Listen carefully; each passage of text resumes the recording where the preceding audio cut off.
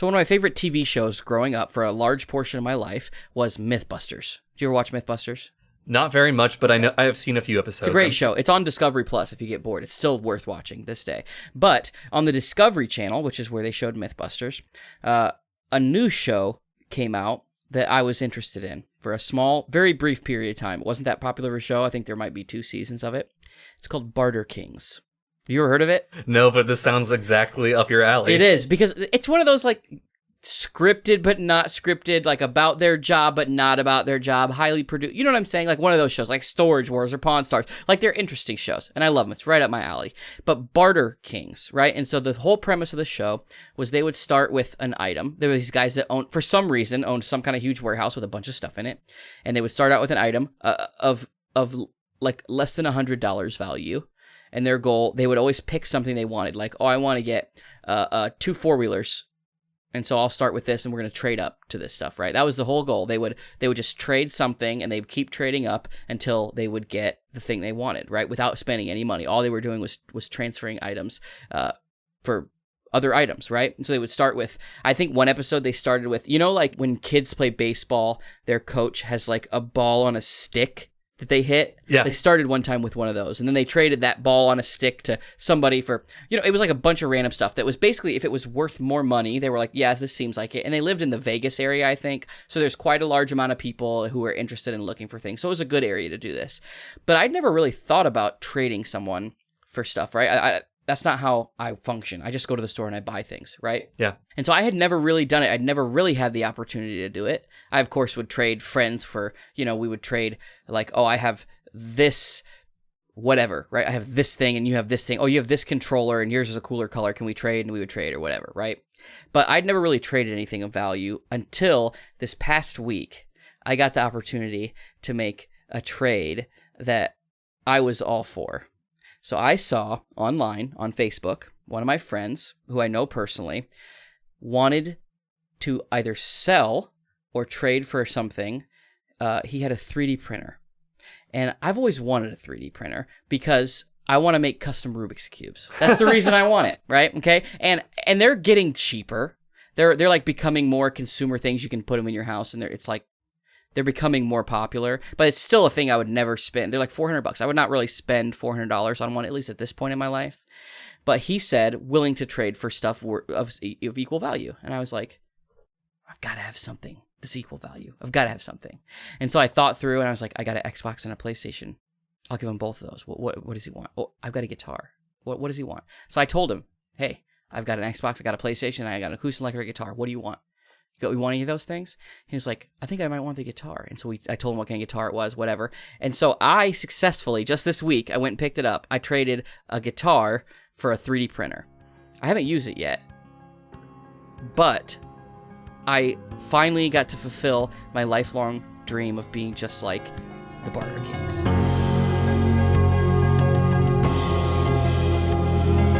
Welcome to the Factoid Podcast. You didn't ask for it, but we're going to tell you anyway. My name's Chris Humphreys. And I'm Payton Gessel. I recently drove out to Indianapolis to help out my mother-in-law and father-in-law. They are trying to sell their house, and they're looking to downsize, and they need some help with cleaning out the house they currently live in. And they've lived there for several decades at this point, so they've accumulated a lot of things over the years. So we got all of the different family members to time up their schedules right so that we could all be in the area to help over the course of a few days.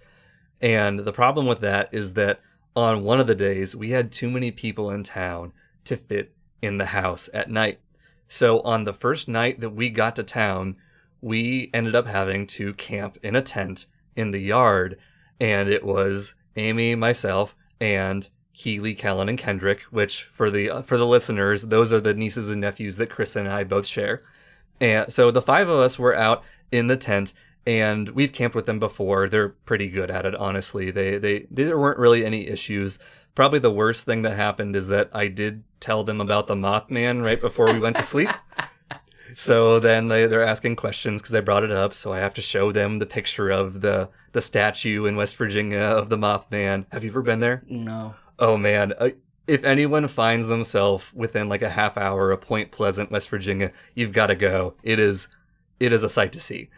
So anyways, we get to sleep. We get a decent night's sleep, but we wake up at like 6:30 in the morning or so to the sound of Kendrick, who is a 5-year-old. We wake up to the sound of him farting really loud. And Amy and I look over at each other and we're laughing. And at this point, all of us are awake because of this fart. And a couple seconds later, Kendrick says, "Uncle Chris's toots smell so bad that they make my eyes water." And I thought, surely this is just a 5-year-old exaggerating. This can't be true. So I talked to his dad later, and he says that it's true, that he was actually tearing up from you. Yeah, it's true. We went to their house I don't know, right before the time that you guys camped. And we were getting ready to leave their house and go somewhere. And I passed gas before I left the house, right in the doorway. And my eyes as well as his eyes were watering. It's true. Wow.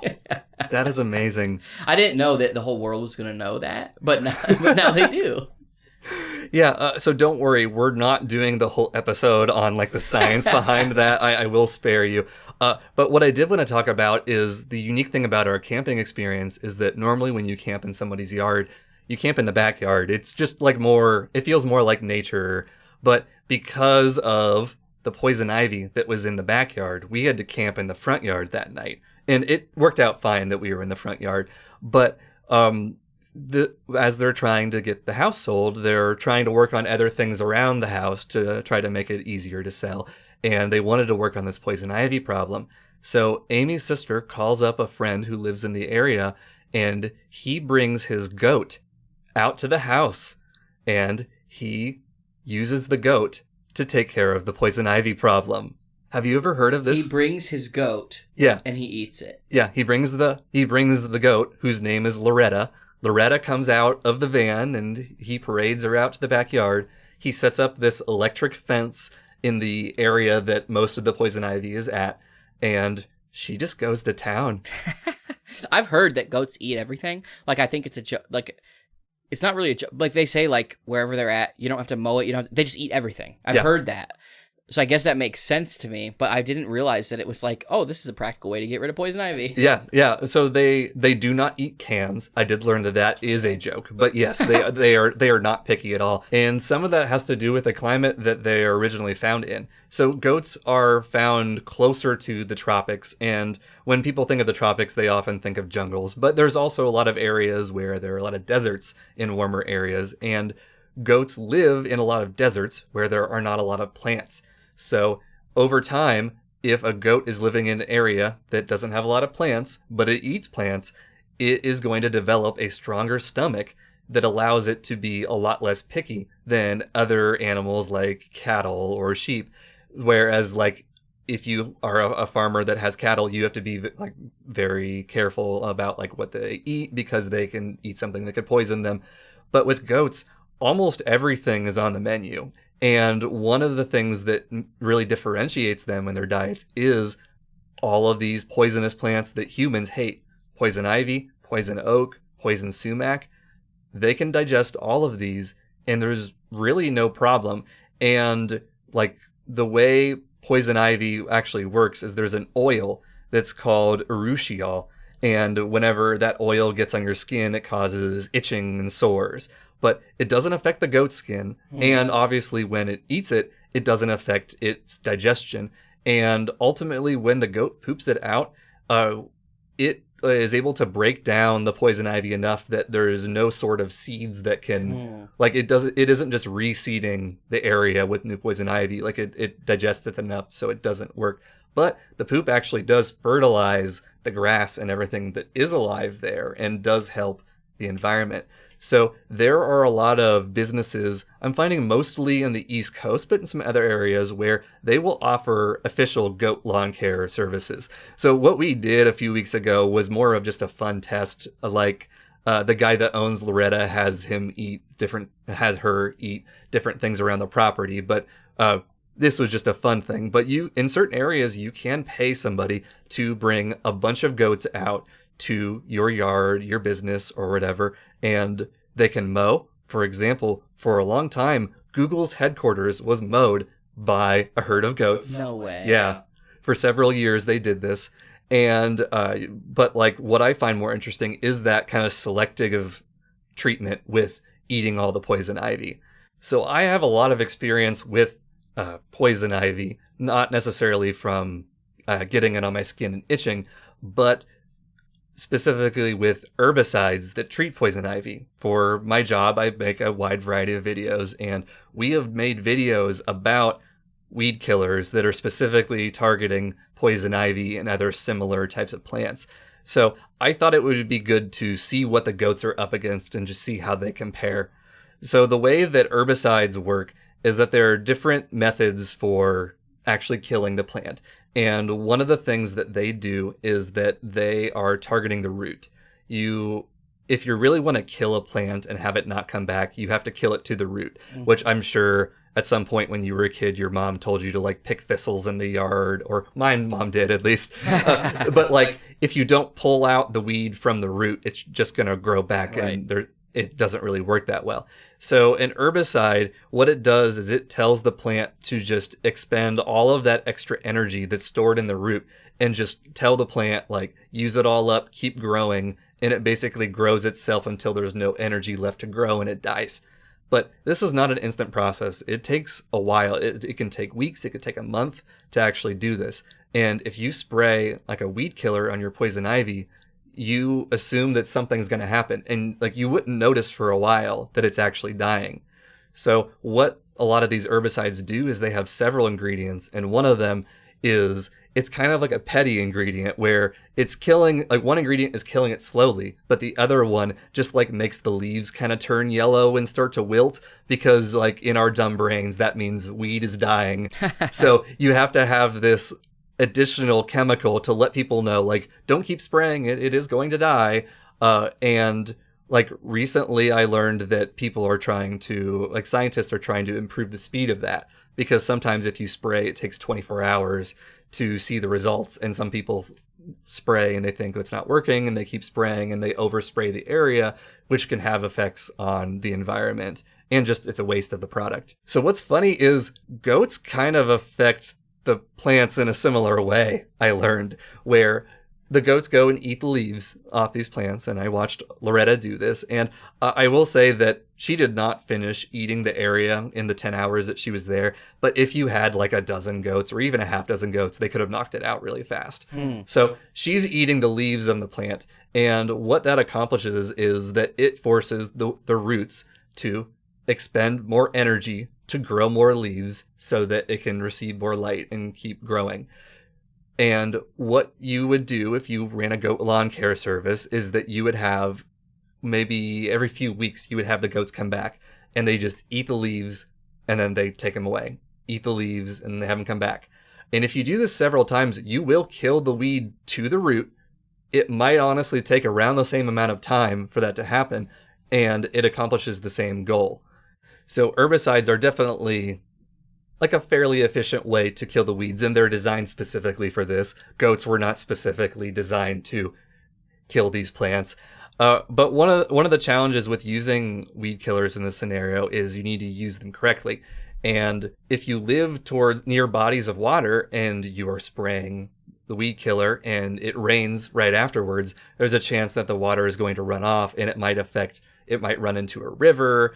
And if there's algae in that river, it's going to probably kill it, because algae is a plant. And fish are also very susceptible to things like that. And there are certain areas where if you're in the wrong environment, it may not make sense to use this, or you just need to be very careful. So I don't want to talk down herbicides, because I do think there are definitely valid situations to use them. And I'm going to let the listener decide for themselves what they want to use. But I will say we got a lot of entertainment out of Loretta the goat. She really enjoyed that she had a captive audience, and the kids loved her.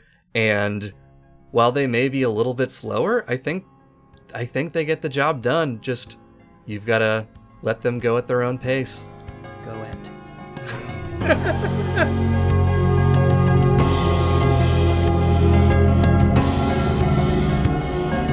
So we went on a road trip this past month, We actually went out to Colorado to see family, which would include Keely and Kellen and Kendrick. We went and stayed at their house for a while. We were out there. We actually drove like 3,500 miles on this road trip. Wow. It was a lot of driving, which also means we used the GPS a lot. And that's an interesting topic in itself. The GPS is something I've always had. My entire driving career, I have always had a GPS. Now, I didn't have a smartphone when I first started driving, but I had a physical GPS. My dad has always had one kind of since they gained popularity, and so I got the one that he didn't use anymore. He had got a better one, so I got his in my car, so I wasn't doing a whole lot of driving out of town at the time, but if I did, I had one. I've always had a GPS. I couldn't live without it. I couldn't get where I go without it. I don't know the directions to anywhere inside of town, right? Like I can get, to the town over, I can get to certain places, but if I need to go to somewhere I've never been, I can't look at a map and decipher how to get there without a GPS. I just can't do it. I used to work at a Ford dealership, and all of my coworkers were retired old guys, right? And it's because the job was kind of an on-call. They would call and say, hey, can you deliver this car today at this time? And so the people who that job kind of caters to is people who have completely free time, right? Yep. So I would have to say no a lot more than my coworkers were, but it was a super fun job. But what was different is these guys were all 65. 65 was the youngest, right? My youngest coworker was 65 years old, and then it just went up from there. There was an 87-year-old guy who I drove with.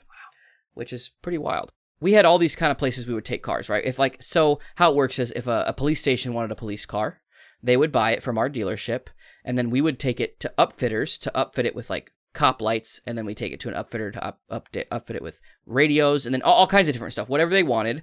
And then we would take it and pick it up from those places and deliver it to the police station. So we did all that beforehand. So we had all these places that we worked with on a regular basis in the whole entire, and basically in the Colorado, Denver metro area mostly. And there was all these different businesses that we got different things done at over the years. So all my coworkers knew the locations of every single place, exactly where they were. And there are dozens of them. Like we worked with a lot of different people. They knew exactly how to get to all these places without looking all the time. And so when I started that job, I didn't know, right? I didn't know any of those places. And still to this day, after working that job for a full year, I had to go and look. We had a book with all the addresses in it. I had to go look at that and put it in my phone. And that's how I got there. I got there using my GPS all the time. They did not need a GPS. I can't imagine living in a world where I have to get somewhere without one. Absolutely. Did you have to hide the fact that you were using the GPS from your coworkers? Like, did they look down on you? They didn't look down on me. I think they would make fun of me occasionally, like, oh, how are you going to get anywhere? But also, it was pretty funny, really, because they built in time for us to like go to McDonald's and stuff like that. You know what I mean? And they never took the quickest way somewhere. And I don't know if I think it was a mixture of not knowing which way was quickest, but also like just desiring to take a more enjoyable route for them or whatever. Yeah. And so I would put it in my GPS and I would always get there faster than anyone else would. Like we tried to follow each other, but when you're in like traffic, it's almost impossible sometimes. And so I would always get there faster than them. And I would sometimes wait 20 or 30 minutes for these guys to show up, which was funny. So yeah, the GPS never let me down. And of course, there are times where it can. But when I was growing up, my dad would go on trips, like with his cousins, right? And when I got old enough, he finally let me go on trips with them sometimes. And I was probably 10 or 11, I don't know. But I remember going on a trip, and my dad's cousin had just gotten a GPS. And this is like in the mid-2000s, like early on in GPS technology for like consumers, right? And it was this little thing, and it had like a screen that was probably just a couple inches, and it was black and white, and it wasn't high resolution or anything. And you had to pre-download the sections of place where you were going to go and put it on your GPS in order to use it, right? So it was just very different than it is now. And I remember it telling us to take directions that weren't right, like turn right here and there's no right here or whatever, right? And that was a lot more common then. And so I remember seeing that one, and being able to see GPS technology progress over the years has been interesting to me. And now your phone is the best GPS there is because it updates constantly. It's with you all the time. It's quicker, right? If you like have a standalone GPS, your phone will find directions quicker. Absolutely. Because it gets to use Google and Google servers and stuff like that, right? It's just not just all built in locally. So your phone is the best GPS there is. And we got to truly just test out how good a phone GPS is. It'll tell you what traffic is. It'll tell you construction. It'll tell you if there's a wreck. It tells you all that stuff, right? It's pretty amazing. And it will reroute you based on all that stuff. Well, that brings me to the next thing, right? After our trip, we got home. And in our town, soon after we got back on a Saturday, was garage sale day for our whole town. And so we walked around town. We weren't really shopping. We were just kind of walking. We tried to go on as many walks as possible. And we were walking. We walked by a lot of garage sales. And because it was garage sale day, there was lots of garage sale traffic, all kinds of it. And so people knew, like, today's garage sale day, let's look around for garage sales. But on a normal day, if you decide to have a garage sale, if you don't live in a perfect place, it can be hard to get people to drive by your garage sale. You know what I'm saying? And you're stuck with where you live to have a garage sale. You can't just take it to a good place, because that's not how that works. It's your own garage sale. You're supposed to use your own garage. You know what I mean? And so garage sale day made me think about, well, how would one get people to drive by their house? And so I was thinking about that mixed with the knowledge I had about GPSs and using a GPS. And it got me thinking, how does Google know where the traffic is? How does Google know where the wrecks are? How do they do that, right? And I got to thinking more about it. And if you look up a business on Google, it'll show you like the busiest times of the day. You know what I'm saying? It'll have like a little graph and be like 12 p.m., busy as usual or whatever. Like it'll say stuff like that. How do you think it knows that? My guess is number of users who are using their phone and they're logged into a Gmail account somewhere on the phone, and they're using that data and comparing it to the GPS coordinates of an area and saying that this is when people show up? Yeah, it's literally people who have opted into location services, who are using, like, not using even necessarily, who just have allowed Google to see where they are. It can tell that there are people at this business during these hours. Like, there's 100 people at Walmart at 12 p.m. on Tuesday or whatever, right? Wow. And so it turns out the same is true for traffic.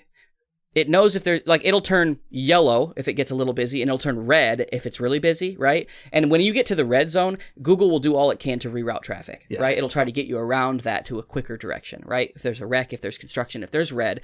The reason it knows that there's a backup is because the same reason. Enough people use Google services, opted in to location services, for them to know in this 3-block radius, there are 400 people sitting still, right? So it knows there's got to be a traffic backup. And so the light bulb comes on. And I thought about starting out this podcast section with a title: How to Get People to Your Garage Sale, right? and hear me out. This is how you do it. You make Google think there's a traffic jam on the nearest main road by your garage sale. How do you do that? Well, you just get a few hundred people, or 100 in a smaller town, let's say 100 people. Because from what I understand, what'll turn it red is like large number of people based on the average traffic. So like where I live, 30 or 40 cars in one spot is probably going to constitute red traffic, because, or maybe less than that, because it's not an interstate where there's hundreds of cars going by per minute, right? It's like a town where people don't go through that often, right? Sure. And we just live 1 block off the main road here. So I'm thinking, if I can make Google think that there's a traffic jam on the main road, it's going to start routing people by my house, right?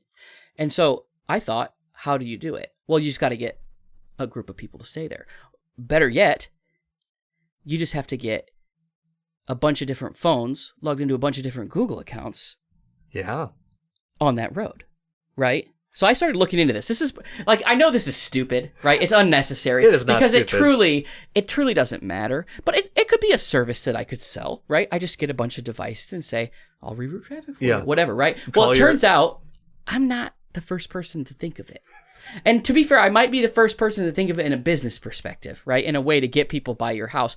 But I did find an article. This is what it is titled, okay? Artist uses 99 phones to trick Google into traffic jam alert. And I kid you not, it is a man walking down a road with one of those red flyer wagons filled with phones. And so he was able to verify that that is enough to convince Google of a traffic jam, which I just find kind of fascinating. Like the fact that it's not like some crazy satellite looking down seeing physical cars. It's that enough people are using a service that enough people use that it can just be assumed, right? The amount of data that the internet has on everything is fascinating, right? But here's what I want. I want to test it. Okay, yeah. I don't know how, and maybe this is a call to all those listeners. If you have, just kidding. I don't know if send we're gonna in get all your phones, yes. okay? If there's a way, I would love to be able to come back to you and tell you that it works for real. That I could somehow get someone to come by my house because of this. But I only have one phone. Okay, I could come up with a couple devices. Yeah. We could come up with a few. Yeah, here's a third right I have here. a wagon too, so like I don't need the wagon. Okay, I just great. need the phones. All right, start looking for some good deals on. Well, does it need to be a smartphone? I think it needs to. I think it because otherwise it has GPS services. Yeah, you're right. Okay. But I'm sure at this point you can buy something that runs Android or even an old iPhone for like nearly nothing. And Yeah. if some people don't get rid of I sell all my old phones always. I like trade up for a better one. I started doing that. And yeah. so I don't have any old ones. I have one old one, I guess. So to be fair, I have that. But I don't have, like, if I would have saved them all, I probably have more than a dozen that I could use, you know. So anyway, if you want to send them in, shoot an email. That's all I'm saying.